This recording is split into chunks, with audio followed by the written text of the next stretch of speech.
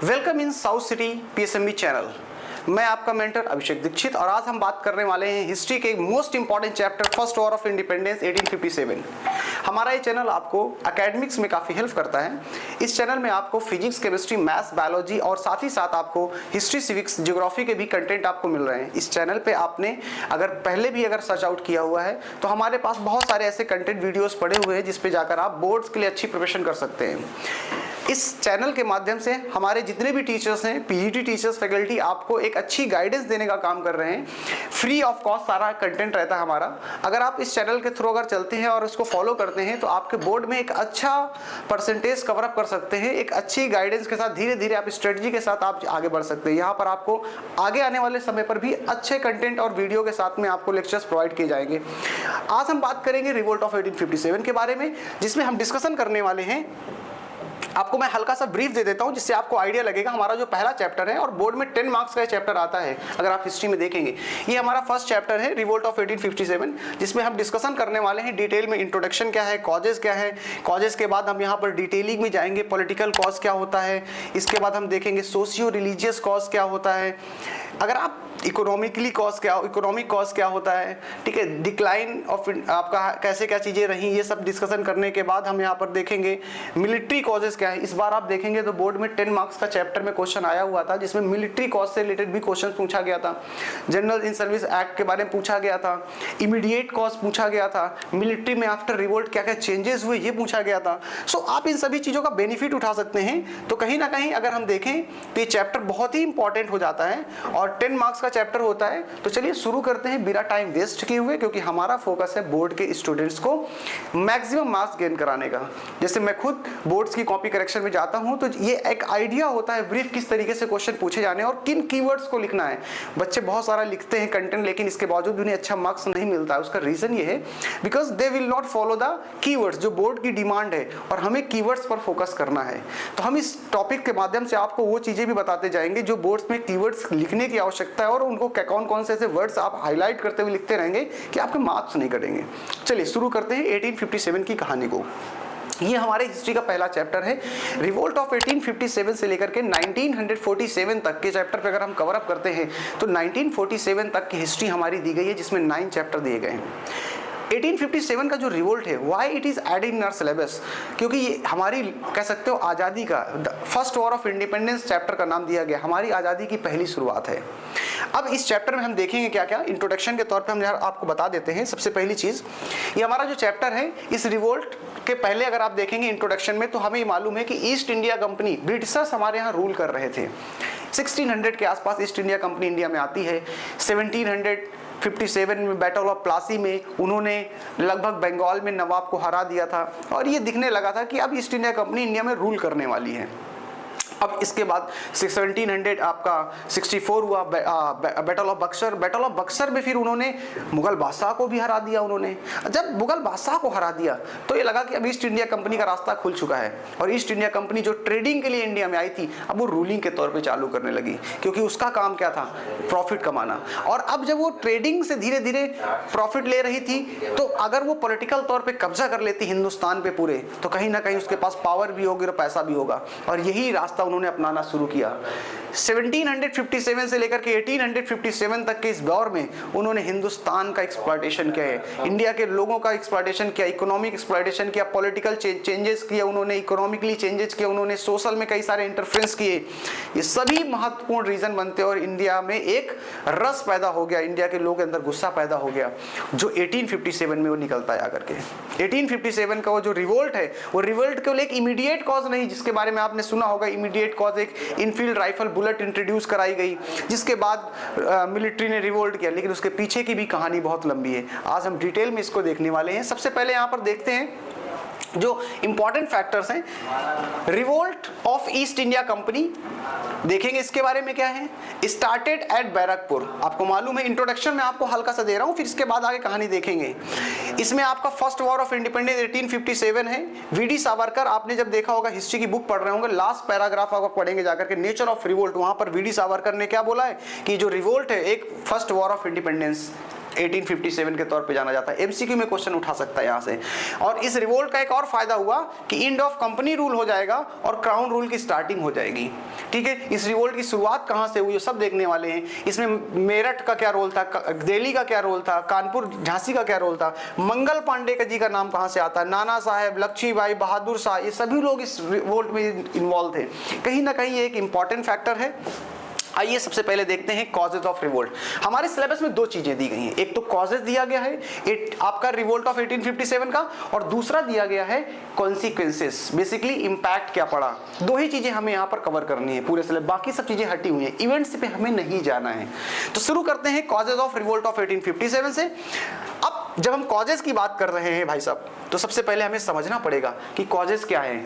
अब आपको हल्का सा मैं यहाँ पर बता देता हूँ, हिस्ट्री में इस चैप्टर से 10 मार्क्स का क्वेश्चन आएगा। 3 पैटर्न में क्वेश्चन टूटेगा, 3 मार्क्स, 3 मार्क्स और 4 मार्क्स। ये मान के चलिए कि 3 मार्क्स का क्वेश्चन एक कॉजेज का जरूर पूछा जाएगा, 100% पूछा जाएगा। 3 मार्क्स का संभावना है कि कोई ऐसा इवेंट पूछ लिया जाए, doctrine of lapse, subsidiary alliance, we will discuss later on. और 4 मार्क्स में इंपैक्ट की संभावना है कि इस कॉन्सिक्वेंसेस क्या रहे। सबसे पहले अगर आते हैं इस पॉइंट पर देखते हैं, तो कॉजेज ऑफ रिवोल्ट पे आपका पॉलिटिकल कॉज एक बनता है, सोशियो रिलीजियस कॉज आपका बनता है, मिलिट्री कॉज क्या है ये भी देखने वाले हैं, इकोनॉमिकली कॉज और इंस्टेंटेनियस कॉज। ये बेसिकली आपके सारे कॉजेज मिलकर के इस रिवोल्ट ऑफ 1857 को लीड करते हैं। ये कॉजेज हमारे समझ में आ गया है। अब आप क्वेश्चन में आ रहा हो कि साहब पॉलिटिकल कॉज क्या था, इकोनॉमिकली कॉज क्या था, कैसे ब्रिटिशर्स ने हमारे इंडिया की पॉलिटिक्स में इंटरफेयर करना शुरू किया, उन्होंने कैसी कैसी पॉलिसीज बनाई जिससे लोगों के अंदर एक डिसकंटेंट की फीलिंग डेवलप हो गई, लोगों के अंदर एक डेवलप हो गई फीलिंग, कैसी, गुस्से की भावना डेवलप हो रही है। So the point is here, first of all हम यहाँ पर बात करने वाले हैं, पहला जो हमारा कॉज है आपका पॉलिटिकल कॉज। पॉलिटिकल कॉज में अगर हम आते हैं, हेडिंग आप डाल सकते हैं और इससे नोट्स भी बनाते रहिएगा। देखिए ये क्वेश्चन जो है ना, यहाँ से आपका लास्ट ईयर अगर आप देखेंगे तो डॉक्ट्रिन ऑफ लैप्स से 3 मार्क्स का क्वेश्चन ऑलरेडी इंडिविजुअल आ चुका है, एनेक्सेशन ऑफ अवर्स से 2 मार्क्स का क्वेश्चन ऑलरेडी बोर्ड में आ चुका है। सो सब्सिडी अलायंस से भी संभावना है क्वेश्चन आने की। तो सबसे पहले हम बात करने वाले हैं पॉलिटिकल कॉज। अब जरा ध्यान से सुनिएगा, 1857 का जो रिवोल्ट है, 1857 का जो रिवोल्ट है, उस रिवोल्ट की कहानी जो शुरू होती है वो एक अंग्रेजों के द्वारा इनफील्ड राइफल को इंट्रोड्यूस करने से शुरू होती है। एक बुलेट इंट्रोड्यूस कराई जिसमें र्यूमर फैली कि उस बुलेट में जो बारूद है, गन पाउडर, उसको कवर्ड करने के लिए अंग्रेजों ने, ब्रिटिशर्स ने काऊ एंड पिग की स्किन का प्रयोग किया है। अब आपको मालूम है गाय हमारे रिलीजन में कितना इंपॉर्टेंट रोल प्ले करती है, और जो पिग है उसके लिए, मुस्लिम के लिए वो कैसा टैबू है, वो एक तरीके से इम्प्योर एनिमल के तौर पे जाना जाता है। दोनों रिलीजन के सेंटीमेंट को हट किया, और यही रीजन है कि मिलिट्री में इस पॉइंट को लेकर के इंडियंस ने इसे बायकॉट कर दिया इस राइफल का यूज करने से, और वहीं से कहानी शुरू होती है। लेकिन सिर्फ एक बुलेट क्या रीजन बन सकती है इतना बड़ा रिवोल्ट की? नहीं, इसके पीछे कई और रीजन रहे होंगे, इसीलिए हमें पढ़ना पड़ रहा है पॉलिटिकल कॉज। चलिए बात कर लेते हैं। सबसे पहले आता है पॉलिटिकल कॉज में पॉलिसी ऑफ एनेक्सेशन। ब्रिटिशर्स ने क्या किया, ब्रिटिशर्स को क्या करना है कि पूरे इंडिया पे कब्जा करना है, रूल करना है। तो प्रयास करेंगे कि जितने भी अलग अलग प्रिंसली स्टेट्स हैं, जितने भी स्टेट उन सभी पे कब्जा कर लिया जाए। अब कब्जा कैसे किया जाएगा, डायरेक्ट तो नहीं एनेक्स कर सकते हैं, इसलिए उन्होंने क्या किया, कुछ पॉलिसीज बनाई। पहला पॉइंट आपका है एनेक्सेशन ऑफ अवध, दूसरा पॉइंट क्या है, डॉक्ट्रिन ऑफ लैप्स, तीसरा क्या है, सब्सिडी ऑफ अलायंस। अब इनको 1 बाय 1 देखने वाले हैं, जरा ध्यान से देखिएगा। सबसे पहला एनेक्सेशन ऑफ अवध क्या है, चलिए आइए बात करते हैं। देखिए हुआ क्या, ये कहानी है 1856 की। 1856 में ब्रिटिशर्स अवध को ब्रिटिश गवर्नमेंट में मिलाना चाहते थे, ब्रिटिशर्स अवध को ब्रिटिश गवर्नमेंट में मिलाना चाहते थे। कोई रीजन मिल नहीं रहा था। अवध के उस समय जो नवाब थे वाजिद अली साहब, उनकी डेथ हो गई। उनकी जो मैडम थी बेगम हजरत महल, वो वहाँ की कह सकते हो रानी साहिबा थी, वहाँ की रूलर थी। ब्रिटिशर्स ने क्या किया, ये आरोप लगाया नवाब के ऊपर कि जो ब्रिटिश गवर्नमेंट है, उन्होंने क्या कहा कि जो अवध के नवाब हैं वो लखनऊ अवध के लोगों के अच्छे के लिए काम नहीं कर पा रहे हैं, सही से मैनेज नहीं कर पा रहे हैं, इसलिए मैनेजमेंट के आधार पर अवध को ब्रिटिश गवर्नमेंट में मिलाया जा रहा है। ये तो वही रीजन हो गया ना, जबरन आपने 1857 में अवध को मिलाने के लिए आपने एक आरोप लगाया, और क्योंकि अवध नॉर्थ इंडिया का का सबसे इंपॉर्टेंट सेक्टर होता था। इंडिया के सबसे ज्यादा किसान जो थे वो अवध से बिलोंग करते थे, और अवध पर जिसका कब्जा होगा वो नॉर्थ इंडिया पे रूल कर सकता था। इसीलिए ब्रिटिशर्स को अवध चाहिए था और उन्हें आरोप लगा करके यहाँ पर 1857 में, तो ये वही लिखा है annexation of Awadh in 1857 Dalhousie annex Awadh to the company's dominance on the pretext of एलीग misrule. This is the keyword. अब अगर कोई स्टूडेंट बोर्ड में बैठ रहा है, एनेक्सेशन ऑफ अवध हेडिंग डाल दिया है और उसके बाद उसे कुछ नहीं याद आ रहा है, सिर्फ वो केवल मिसरूल लिख देगा, एलीग मिसरूल, उसे मार्क्स दिया जाएगा। दैट इज कीवर्ड, यही कीवर्ड होता है फॉर गुड गवर्नेंस। और उसने क्या बोला कि हम अवध के लोगों के बेटरमेंट के लिए काम करेंगे, इसलिए अवध को ब्रिटिश एम्पायर में मिलाया जा रहा है। अब आप इमेजिन करिए, अगर अवध को ब्रिटिश एम्पायर में मिला लिया गया होगा तो जो अवध के नवाब है, अवध के रूलर है, क्या उनके अंदर नाराजगी नहीं होगी? वो नहीं चाहेंगे ब्रिटिश गवर्नमेंट से बदला लेना। और यही रीजन है कि 1857 में जब मौका मिलेगा तो अवध इन्वॉल्व हो जाएगा रिवोल्ट ऑफ 1857 में। So that is the first point here, ये आपको ध्यान रखना है। अगला जो हमारा है, ये हमारा पहला पॉइंट आई थिंक आपको समझ में आ रहा होगा, जो कहना चाह रहे हैं how the political call lead the revolt of 1857. That is the important fact here, and the annexation of Awadh is one of the leading factor that involved in the revolt of 1857. The second fact is doctrine of lapse. अब दूसरा क्या है? Doctrine of lapse. Before going to detail discussion about the doctrine of lapse, first of all we have to understand what is the mean of doctrine of lapse and who introduced the policy of doctrine of lapse, when it is introduced doctrine of lapse. Because ये जो आपका question है, ये 3 marks का board में 2000 I think 25 में आपका question आ चुका है। 2025 इन द सेंस मतलब कि 24-25 वाले टर्म में जो बोर्ड का पेपर हुआ था, 3 नंबर का क्वेश्चन था यहाँ से। तो सबसे पहले समझते हैं क्या है। देखिए, डॉक्ट्रिन ऑफ लैप्स एक ऐसी पॉलिसी है, 1848 में इंडिया में एक नया गवर्नर आता है, नया गवर्नर जनरल, जिसका नाम था लॉर्ड डलहौजी। इसे भेजा ही गया था इंडिया में कि पूरे इंडिया में एक्सपेंशन करना है ईस्ट इंडिया कंपनी का। अब इसको एक्सपेंशन करने के लिए तरीके क्या अपनाया? तो इसने एक पॉलिसी बनाई। इसने पॉलिसी ये बनाई कि जिस भी नवाब की डेथ हो जाती है और अगर उसका खुद का बेटा नहीं है, खुद का रियल उसका बेटसन नहीं है, खुद का रियल हायरकी नहीं है, ऐसी कंडीशन में उस एम्पायर को ब्रिटिश एम्पायर में मिला लिया जाएगा। Adopted child will not be accepted. गोद लिया हुआ कोई भी उत्तराधिकारी एक्सेप्ट नहीं होगा। ऐसी पॉलिसी इसने बनाई। और हमें मालूम है कि हमारे यहाँ युद्ध वाली स्थितियां होती थी राजा महाराजाओं में, और युद्ध के दौरान राजा की अगर डेथ हो जाती है और कई ऐसे केसेस हुए कि उनका खुद का बेटा नहीं है, तो फिर सिर्फ इस आरोप के आधार पर ब्रिटिश एम्पायर में मिला लिया जाएगा। It is not fair. Jhansi की रानी के साथ क्या हो रहा है? झांसी की जो रानी थी, लक्ष्मीबाई थी, उनके हस्बैंड का नाम क्या था? गंगाधर राव। उनकी डेथ हो जाती है। झांसी की रानी लक्ष्मीबाई, उनका खुद का बेटा नहीं था, दामोदर राव उनका एडॉप्टेड चाइल्ड था। ब्रिटिश गवर्नमेंट ने 1853 में इस पॉलिसी को, क्योंकि ये 48 में आ चुकी है, ब्रिटिश एम्पायर में झांसी को मिला लिया। अब रानी लक्ष्मीबाई झांसी को देना नहीं चाहती हैं, इसलिए 1857 में जब रिवोल्ट होगी तो झांसी में नेतृत्व लीडरशिप करेंगे अंग्रेजों के खिलाफ झांसी की रानी। So that was the reason. But हमें क्या करना है, जरा समझना है, हमें लिखने वाले फैक्ट भी समझने हैं। तो पहली चीज 1848 में लॉर्ड डलहौजी के द्वारा क्या किया गया? डॉक्ट्रिन ऑफ लैप्स की पॉलिसी इंट्रोड्यूस की गई। ठीक है। दूसरा, if the ruler of a dependent state die, ध्यान सुनिएगा, what is the meaning of doctrine of lapse? अभी मैंने बता दिया सिंपल हिंदी लैंग्वेज में, but how to write in a copy, उसके लिए आपको समझना पड़ेगा। If the ruler of dependent state die without having a natural heir, ये कीवर्ड है, कीवर्ड ध्यान रखिएगा। रूलर की डेथ हो जाती है और उसके नेचुरल हायर नहीं है, खुद का बेटा नहीं है, the state would pass over to the British. ऐसी कंडीशन पर उस स्टेट को ब्रिटिश गवर्नमेंट में मिला लिया जाएगा, ब्रिटिश एम्पायर में मिला लिया जाएगा। ये डॉक्ट्रिन ऑफ लैप्स पॉलिसी है। अब झांसी के साथ साथ ऐसे बहुत सारे स्टेट मिलाए गए। Satara was a state, Nagpur was a state. जब ऐसे स्टेट को मिलाना शुरू कर दिया जाएगा तो इन स्टेट के जो राजा महाराजा या जो भी नवाब होंगे वो सब नाराज होंगे, और जब उन्हें मौका मिलेगा तो वो रिवोल्ट के लिए तैयार रहेंगे। 1857 वाज अ प्लेटफॉर्म जहां पर इन सभी ने रिवोल्ट में पार्टिसिपेट किया ब्रिटिश गवर्नमेंट के। फर्स्ट स्टेट, ध्यान रखना, एमसीक्यू क्वेश्चन आ चुका है बोर्ड में, 1848 में Satara was the first state which was submerged in a British empire under the policy of doctrine of lapse. ठीक है, ये ध्यान रखिएगा। झांसी को 1853 में ब्रिटिश एम्पायर में मिला लिया गया। तो ये हमारा कॉज बना जाकर के डॉक्ट्रिन ऑफ लैप्स, जो हमारा इतना सफिशिएंट है। 3 नंबर में इससे ज्यादा लिखने की आवश्यकता नहीं है, फैक्ट सफिशिएंट है आपके। एक्सेशन ऑफ अवध हो गया, दूसरा फैक्ट हमारा हो गया डॉक्ट्रिन ऑफ लैप्स। तीसरा क्या है? Subsidy lines. सबसे पहले समझते हैं सब्सिडी लाइंस लाया कौन। 1798 में इंडिया में एक गवर्नर आता है जिसका नाम था आपका लॉर्ड वेलेस्ली। लॉर्ड वेलेस्ली अपने आप को खुद कहता था बंगाल का शेर, I am the lion of Bengal, ये खुद अपने आप को बोलता था, ये बंगाल का शेर अपने आप को मानता था, क्योंकि बंगाल में था।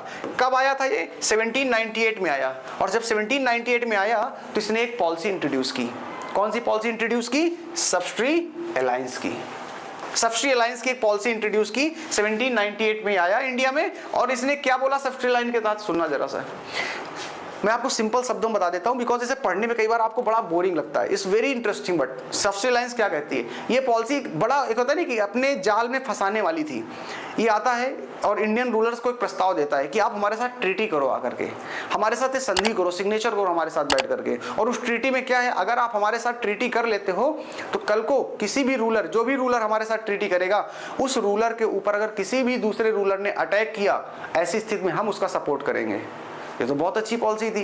यानी अंग्रेज खड़े थे इंतजार में कि अगर किसी रूलर के ऊपर अटैक होगा तो हम उसकी मदद करने जाएंगे। तो देखने में तो बहुत अच्छी लग रही है, लेकिन इसके पीछे का बैकग्राउंड बड़ा गंदा था। पीछे क्या पॉलिसी में था? अब इसके पीछे की कंडीशन ये थी कि अगर आप साइन कर देते हो तो पहली कंडीशन, अटैक करेगा कोई दूसरा रूलर तो ठीक है, हम आपकी मदद करेंगे, लेकिन क्या, आप अपनी खुद की आर्मी नहीं रखोगे। यानी रूलर अपनी खुद की आर्मी नहीं रख सकता। अब आप सोचिए, इमेजिन करिए कि अगर रूलर आर्मी साइन कर दिया, आर्मी हटा दी राजाओं ने, और रूलर्स ने इसके बाद अगर ब्रिटिशर्स की इच्छा हुई तो मदद करने आएंगे और नहीं हुई तब तुम्हारा रूलर फंस गया। दूसरा, हम अपनी एक आर्मी रखेंगे आपकी मदद के लिए, उस आर्मी का खर्चा कौन उठाएगा? एक्सपेंडिचर कौन उठाएगा? वो किंगडम ही उठाएगा, वो रूलर ही उठाएगा। तो फिर मतलब क्या हुआ? हम अपने खुद रख लेते अगर हम ही को खर्चा उठाना है। तीसरा, उस किंगडम में जो ट्रीटी करेगा उसके कोर्ट में ब्रिटिश गवर्नमेंट का एक एजेंट हमेशा प्रेजेंट रहेगा। इसका मतलब ये कि वो ब्रिटिश गवर्नमेंट उस रूलर की पूरी इंफॉर्मेशन अपने पास रख लेगा। तीसरा, अब रूलर को किसी दूसरे रूलर के साथ कोई ट्रीटी करनी है, कोई संबंध बनाना है, कोई रिलेशनशिप बनाना है, तो पहले ब्रिटिश गवर्नमेंट से परमिशन लेनी पड़ेगी। The mean is that it's a complete trap. अब आपको लग रहा होगा फिर साइन क्यों करें? अगर नहीं कर रहे थे तो जबरन कराया जा रहा था, साइन आपको करना पड़ेगा। Hyderabad was a state, Awadh was a state जिन्होंने इसके साथ साइन किया। टीपू सुल्तान की कहानी आपने सुनी होगी। टीपू सुल्तान की डेथ क्यों हुई? इसी के लिए, अंग्रेजों से लड़ते लड़ते मारे गए 1799 में, क्योंकि टीपू सुल्तान से फोर्स किया जा रहा था लॉर्ड वेलेस्ली द्वारा। फोर्थ एंग्लो मैसूर वॉर पे हुआ। खैर इसके पहले भी हैदर अली की कहानी थी, but fourth Anglo Mysore war में 1799 में जब उनकी डेथ हो गई, उसके बाद मैसूर को सब्सिडी अलायंस के तहत मिलाया गया। Now come to the point. अब आपको चीजें समझ में आएंगी, क्रिस्टल क्लियर हो चुकी हैं कि सब्सिडी अलायंस क्या है। It was introduced by Lord Wellesley in 1798. According to this policy, an Indian ruler had to keep a large British force within his territory and had to pay for its maintenance. पहला कि British government की army वहां रहेगी उनकी safety के लिए, और उनकी पेमेंट कौन करेगा? वो रूलर ही करेगा। ठीक, तो दैट वाज अ कंडीशन। आपको ध्यान रखने वाली बात है यहाँ पर। इतनी चीजें आपको दिमाग में रखने वाली हैं, मैंने बाकी इसका एक्स्ट्रा पार्ट बता दिया है। So this is the political cause. ये क्या था? Political cause. ठीक है, अब आपको यहां तक चीजें क्लियर हो चुकी हैं। पॉलिटिकल कॉज क्लियर हो चुका है, डॉक्ट्रिन ऑफ लैप्स क्लियर हो चुका है, सब्सिडी अलायंस क्लियर हो चुका है। इट मे बी पॉसिबल, मैं आपको बता दूं, ये हो सकता है कि आपका 3 नंबर का बोर्ड है क्वेश्चन इसी टॉपिक से फंस चुका हो, और आता है क्योंकि डॉक्ट्रिन ऑफ लास्ट ईयर आया था, इस बार आने की संभावना है, क्लियर संभावना है कि कॉजेज से क्वेश्चन उठाते हैं वो लोग। अब आगे आते हैं थोड़ा सा, और क्या कॉजेज के तौर पे है? पॉलिटिकल कॉज पे ही अभी हम बात कर रहे हैं। अभी हम पॉलिटिकल कॉज पे ही बात कर रहे हैं। डॉक्ट्रिन ऑफ लैप्स डिस्कस कर लिया, सब्सिडी अलायंस डिस्कस कर लिया, एनेक्सेशन ऑफ अवध डिस्कस कर लिया। अगला आता है treatment given to Nana Saheb. अब आपने नाना साहब की कहानी तो सुनी होगी, आपने मराठाओं के बारे में देखा होगा, पेशवाई देखा होगा, आपने बाजीराव मस्तानी मूवी तो सबने देखी होगी। अब बाजीराव मस्तानी जो मूवी है, अच्छा चलिए आज का होमवर्क है, बाजीराव मस्तानी जो है, तो ये जो बाजीराव हैं ये ब्रिटिश मराठा एम्पायर है। कौन से बाजीराव? क्योंकि बहुत सारे बाजीराव हुए हैं, बाजीराव फर्स्ट हुए, बाजीराव द्वितीय हुए, ये कौन से बाजीराव थे? तो वो तो खैर अलग पॉइंट है, हिस्टोरिकल मूवी है, देखना चाहिए। अभी आते हैं नाना साहब के बारे में। देखिए, अच्छा बहुत सारे लोगों को ये नहीं क्लियर रहता पेशवाई क्या है, मराठा क्या थे। देखिए, मराठा एक एम्पायर था, वहां के जो रूलर होते थे, रूलर जब धीरे धीरे वृद्ध होते गए, एज थोड़ा हो गई फैक्टर्स, तो जैसे नॉर्मली सेना में सेनापति होता है, वैसे ही पूरे मराठाओं की सिक्योरिटी की जिम्मेदारी पेशवाओं को दे दी गई। पेशवा एक तरीके से पूरी जिम्मेदारी थी उनकी मराठाओं की सेफ्टी की, लेकिन सबसे खास बात ये पेशवा की थी, पूरी तरीके से लॉयल होते थे वो मराठाओं के, इसीलिए पेशवा ही आगे मराठा एम्पायर के नाम पे जाने गए। फिर जब धीरे धीरे राजा साइड में हो गया और पेशवा ताकतवर होते गए और पेशवा के नाम पे ही रूल चल रहा था, लेकिन सबसे खास बात यही तो है मराठाओं की कि पेशवा इतने ताकतवर होने के बावजूद भी रूल कर रहे थे मराठाओं के नाम पे, उन्होंने कभी भी अपना रूल नहीं चलाया। अब पॉइंट ये आती है कि सब जब नाना साहब थे, नाना साहब जब एंग्लो मराठा वॉर, तीसरा एंग्लो मराठा वॉर हुआ, लगभग आपको आइडिया दे देता हूं मैं, 1718 के आसपास की बात है। 1718 में तीसरा एंग्लो मराठा वॉर हुआ, उसमें मराठा हार गए और जो भी मराठा के पेशवाई थे उनमें जो बचे हुए थे नाना साहब, अंग्रेजों ने वहां से हटाया और ये पुणे से उनको भेज दिया गया कानपुर में रह रहे थे वो। कानपुर में बिठूर के पास आकर के उनका अपना आश्रम बन गया और उन्हें पेंशन पे भेज दिया गया, पेंशन दी जा रही थी उन्हें। अब क्वेश्चन ये बना साहब कि अंग्रेजों ने कहा कि अब 1856 के आसपास आते थे, उन्होंने कहा कि अब नाना साहब को पेंशन नहीं दी जाएगी।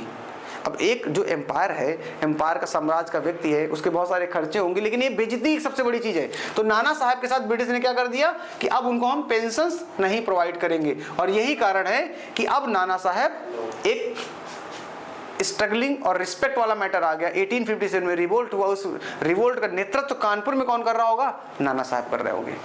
इसी प्रकार बहादुर शाह जफर कौन? मुगल बादशाह, लास्ट मुगल एम्परर बहादुर शाह जफर थे। 1857 के जो हमारे रिवॉल्यूशन के लीडर हैं वो भी कौन है? बहादुर शाह जफर हैं। लेकिन इनके साथ क्या हुआ? ब्रिटिशर्स ने इनको भी वही किया, not allowing the Mughal to use as the title of king, यानी कि ब्रिटिशर्स ने क्या बोला कि अब जो मुगल हैं वो किंग का टाइटल नहीं यूज करेंगे, बहादुर शाह जफर के बाद कोई राजा नहीं होगा। ये भी एक तरीके से डिसरिस्पेक्ट था। और Mughal ruler were under the protection of British ruler, अब मुगल जो हैं वो ब्रिटिश के अंडर में रहेंगे। सो that was a basic thing. यहाँ पर कहीं ना कहीं बहादुर शाह जफर के साथ भी पॉलिटिकली तौर पे एक तरीके से डिसरिस्पेक्ट किया गया, और वो फैक्टर्स भी लीड करता है जाकर के आपका पॉलिटिकल कॉज। तो यहाँ से हमारा पॉलिटिकल कॉज एंड होता है और हमारा नया टॉपिक स्टार्ट होता है socio and religious cause. I hope का आपको चैप्टर्स से रिलेटेड जो चीजें दी गई हैं, अगर आप बुक उठाकर देखेंगे तो आपको चीजें समझ में आ रही होंगी। बहुत कुछ खास इसमें नहीं, बहुत इजी है। मैंने पॉलिटिकल कॉज आपको एक्सप्लेन किया, एनेक्सेशन ऑफ अवध तैयार कर लीजिए, डॉक्ट्रिन ऑफ लैप्स तैयार कर दिए, सब्सिडी लाइन तैयार कर लीजिए, नाना साहब का पॉइंट याद तैयार कर लिए, मुगल बादशाह का डिसरिस्पेक्ट तैयार कर लीजिए। 5 फैक्टर हैं, 3 आपको लिखने, और डिटेलिंग में अगर कोई क्वेश्चन कॉज से आ गया 10 मार्क्स का, तब तो बल्ले बल्ले है आपके। अगला हमारा जो है सोशियो एंड रिलीजियस कॉज। अब आपको ये समझना पड़ेगा 1857 में कैसे पॉलिटिकल कॉज के फैक्टर्स लीड करते थे, उसी के साथ साथ सोशियो रिलीजियस कॉज कैसे होगा। तो देखिए बात समझिए, ब्रिटिश गवर्नमेंट जब इंडिया में रूल कर रही थी तो उसे लग रहा था कि सोसाइटी में कुछ ऐसे मामले जहां पर उसे इंटरफेयर करना चाहिए, और उसने सोसाइटी में कई ऐसे चेंजेस किए जो इम्पैक्ट पड़ रहा था हमारे रिलीजन पर। और यही कारण है कि ऐसा लग रहा था कि ब्रिटिश गवर्नमेंट हमारे सोशल और रिलीजियस फैक्टर पर क्या कर रही है? इंटरफेयर कर रही है। तो इसलिए सोशियो रिलीजियस कॉज के बारे में देखते हैं। सबसे पहले कि स्प्रेड ऑफ क्रिश्चियनिटी, लगातार ब्रिटिश गवर्नमेंट्स अपने हिंदुस्तान में क्रिश्चियनिटी को प्रमोट कर रही थी, और क्रिश्चियनिटी को प्रमोट करने के लिए वहां पर 1813, ये आपको पढ़ना नहीं है लेकिन मैं आपको फैक्ट बता रहा हूं, 1813 में हमारे यहाँ एक आता है charter act, second charter act. उस चार्टर एक्ट में क्रिश्चियनिटी को लिए ओपन कर दिया गया हिंदुस्तान में आने के लिए। क्रिश्चियन मिशनरीज जो हमारी थी, policy of racial discrimination, fear of western education, several laws of property, ये सब देखेंगे हम कैसे हमारा रिलीजियस कॉजेस के तौर पे जाना जाएगा। लेकिन इससे पहले आपको थोड़ा सा और समझना होगा।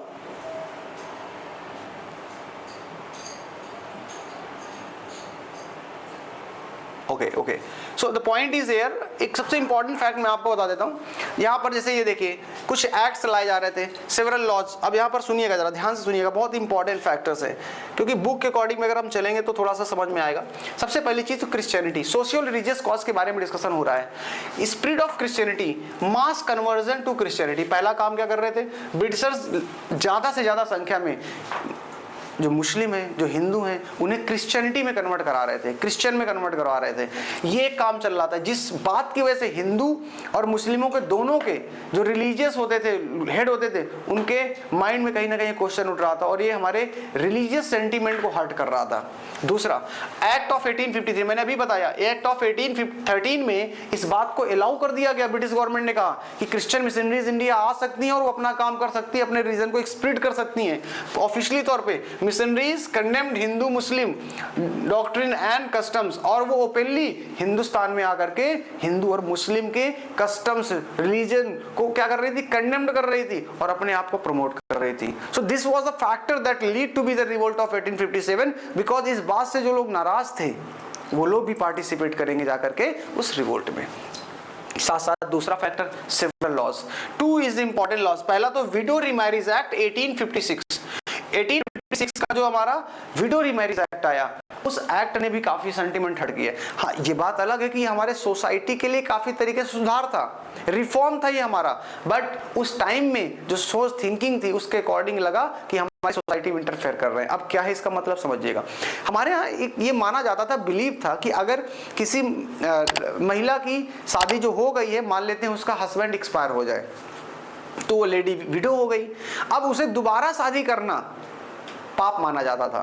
अब आप इमेजिन करिए कोई 21 या 20 साल की लड़की जिसकी शादी हुई और उसका हस्बैंड बाय डिफॉल्ट किसी तरीके से डेथ हो जाती है, उस लड़की को आजीवन एक विडो के तौर पे जीवन जीना पड़ेगा, साथ में सफेद वस्त्र के साथ पहनना पड़ेगा, वो किसी के साथ मिल नहीं सकती, अनटचेबल के साथ उसे ट्रीटमेंट किया जाता था, उसे अलग कमरे में रहना पड़ता था, खाना पीना अपना खुद बनाना पड़ता था, यानी सोसाइटी उसे कट कर देती थी।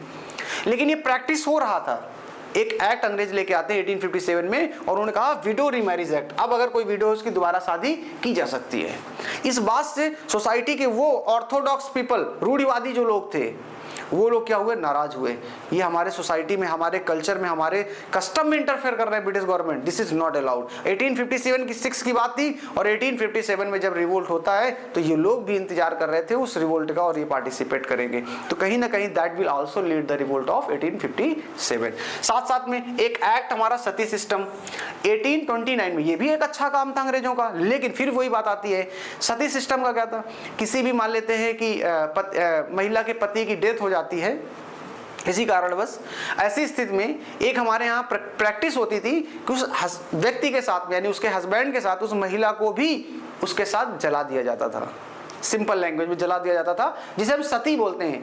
ये हमारे यहाँ प्रथा है, हमारे रिलीजन में भी इसका वर्णन मिलता है, पार्वती जी भी सती हुई हैं। द पॉइंट इज दैट, लेकिन यहाँ स्वेच्छा से, जबरन नहीं किया गया है। सती जो अपने पति धर्म के को निभाने के लिए, अपने पति के लिए उन्होंने अपने प्राण त्याग दिए, वो सती था। लेकिन जब ये धीरे धीरे जबरन होने लगा और उसके बाद कई ऐसे केसेस आए जहां पर महिलाओं को जबरदस्ती बांध करके उसके पति के साथ जलाया जाने लगा, तो फिर इसके खिलाफ आवाज उठाई गई। राजा राम मोहन राय, जो कि हमारे यहाँ हिंदुस्तान के रिफॉर्मर कहे जाते हैं, ये हमारे फादर ऑफ मॉडर्न हिस्ट्री कहा जाता है, इन्होंने इसका इनिशिएट किया और lord William Bentinck in that time हमारे गवर्नर जनरल थे और दोनों ने मिलकर के 1829 में एक एक्ट लाते हैं जिसको बोला गया इंड ऑफ सती सिस्टम। और अब कोई अगर इसकी प्रैक्टिस करता है तो उसके खिलाफ सख्त कार्रवाई की जाएगी। लेकिन फिर सोसाइटी के जो रूढ़वादी लोग हैं, ऑर्थोडॉक्स पीपल हैं, वो फिर नाराज होंगे कि अंग्रेजों ने हमारे इस फिर रिलीजन पर, हमारे इस कस्टम पर, सोसाइटी पर इंटरफेरेंस किया है। तो ये जो लोग नाराज हो रहे हैं ये मौका ढूंढेंगे और 1857 का जब रिवोल्ट होगा करके तो कहीं ना कहीं वहां एक बड़ा फैक्टर लीडिंग बनेगा जाकर के सोशियो रिलीजियस कॉज का, policy of racial discrimination.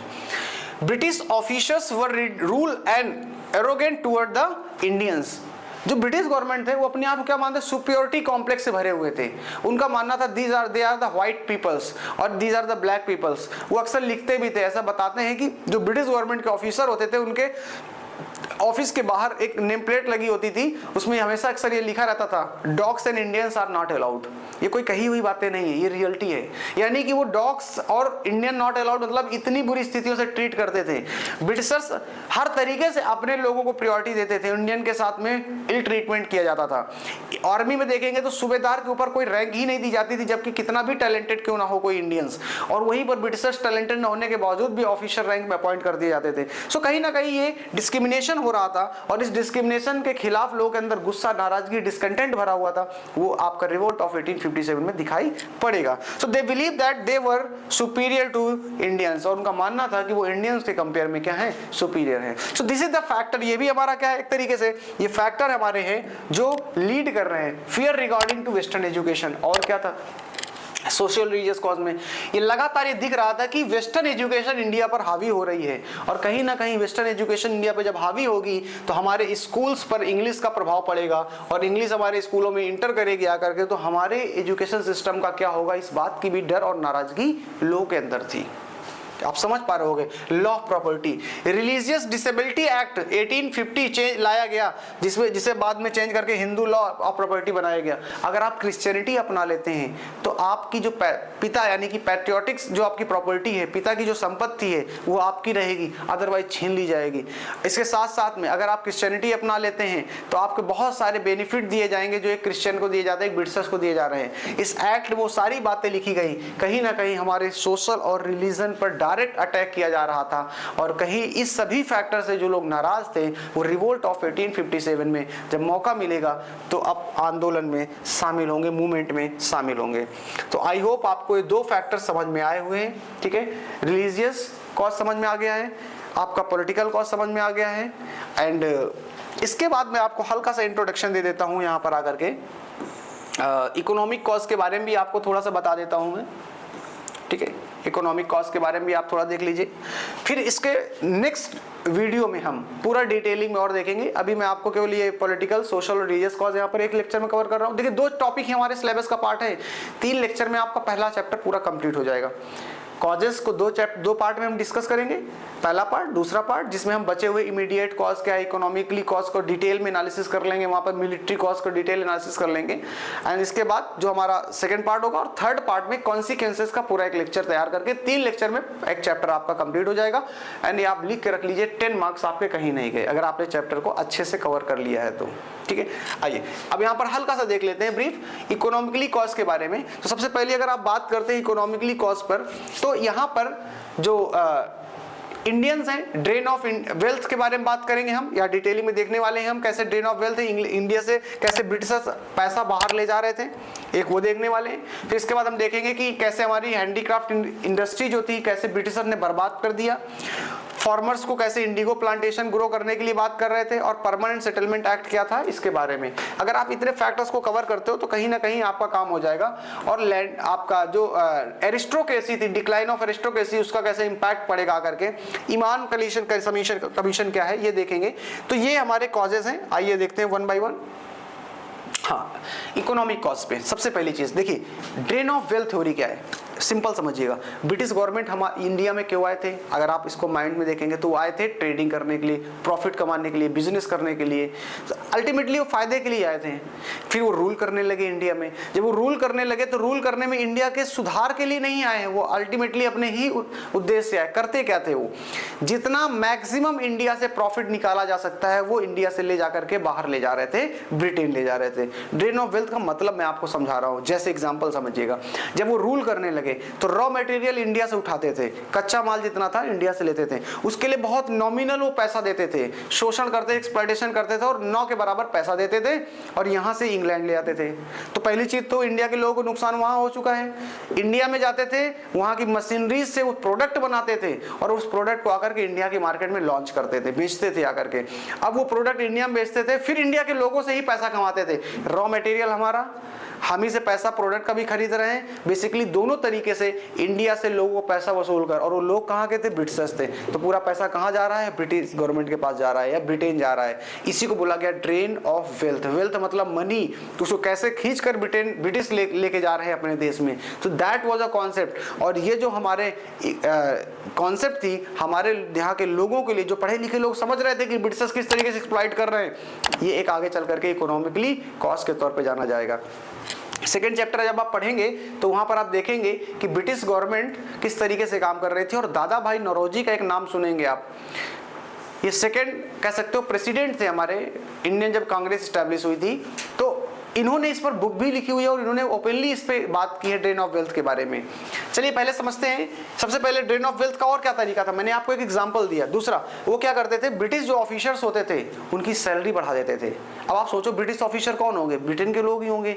India के लोगों को सैलरी कम दी जा रही है और ब्रिटेन के अधिकारियों को सैलरी बढ़ाते चले जा रहे हैं, तो सैलरी जब बढ़ेगी तो पैसा कहाँ जा रहा है, ब्रिटेन के पास जा रहा है। दूसरा, मनी सेंड टू इंग्लैंड, वो क्या करते थे, पैसे को इंग्लैंड भेजते थे। तीसरा, heavy cost of maintaining आर्मीज, army को मेंटेन करने में हैवी कॉस्ट इन्वेस्टमेंट करते थे। इससे इंडिया का क्या फायदा है, कोई फायदा खास नहीं है। लेकिन जो हथियार होंगे, वीपन्स होंगे, सब खरीदना होगा इंडिया के मेंटेनेंस के लिए, उसमें पैसा इन्वेस्ट करते थे और वीपन खरीदते कहां से थे, ब्रिटेन से। तो पैसा किसको दिया जाएगा खरीदने के लिए, ब्रिटेन को। अल्टीमेटली वो इंडिया से वसूला गया पैसा ब्रिटेन भेजने का काम चल रहा था। The transfer of, what is the mean of drain of wealth, that we are going to discuss. The transfer of wealth from India to England for which India did not receive proportional economic return is called drain of wealth. यहाँ से India से England पैसा भेजा जा रहा था लेकिन उसके काउंटर में कोई बहुत खास यहाँ से रिस्पॉन्स हमें नहीं दिखाई पड़ रहा था। दैट इज द रीजन कि ये एक तरीके से हमारे लिए कह सकते हो इकोनॉमिकली कॉस्ट के तौर पे बनेगा। हम इस टॉपिक को यहीं पर रोकेंगे, इसके आगे हम कैरी ऑन करेंगे, ठीक है। तो आई थिंक आपको इस चैप्टर जो था वो काफ़ी हद तक आपको समझ में आया होगा।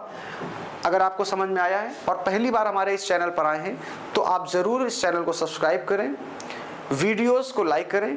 साथ ही साथ आप 10th क्लास के अगर स्टूडेंट्स हैं तो आप हमारे चैनल पर ग्रोथो करेंगे तो आपको फिजिक्स, केमिस्ट्री, मैथ्स के भी लेक्चर्स मिलेंगे। साथ साथ में आपको मैं ये बता सकता हूँ कि हमारा जो वीडियो है हम इसी तरीके से कंटिन्यू आपको वीडियो प्रोवाइड करते रहेंगे हिस्ट्री, सिविक्स एंड ज्योग्राफी की। अब ये बोर्ड में कह सकते हो कि आपको एक बेस्ट गाइडलाइंस के साथ आपको वीडियो लेक्चर मिलेगा। अगर आप चाहोगे तो हम पीडीएफ भी आपको प्रोवाइड कर देंगे। आज के लिए इतना, मिलते हैं नेक्स्ट वीडियो में, तब तक के लिए नमस्कार, जय हिंद, जय भारत।